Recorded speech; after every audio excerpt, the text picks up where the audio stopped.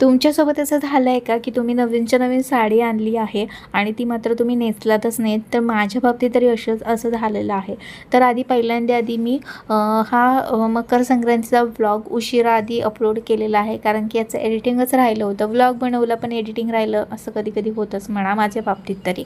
कारण की इतर कामं वगैरे सगळी मध्ये चालू होती. मध्ये आम्ही फिरायला पण गेलो होतो. त्यानंतर मग परत इतर घरातली कामं थोडीफार आमची करायची होती, तर ती सुरू होती 2 दिवस. त्यामुळे मग सगळं उशिरा झालेलं आहे. कामं माझी बाजूला राहिली आणि त्यात व्हिडिओ पण एडिट करायचा राहून गेला होता. तर आज मी एडिटिंग म्हटलं करून टाकूया. तर आधी काय झालं होतं की ह्या साडीचं अशी म्हणजे एक स्टोरीज झालेली आहे.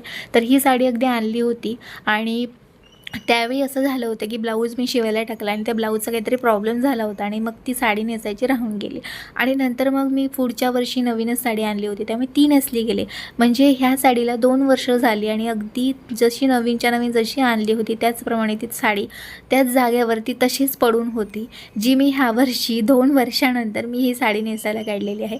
आत्ता ब्लाऊज ओके आहे, म्हणजे मी नंतर ब्लाऊज पण व्यवस्थित करून आणलासुद्धा, पण तरी पण ती साडी नेसली गेली नव्हती.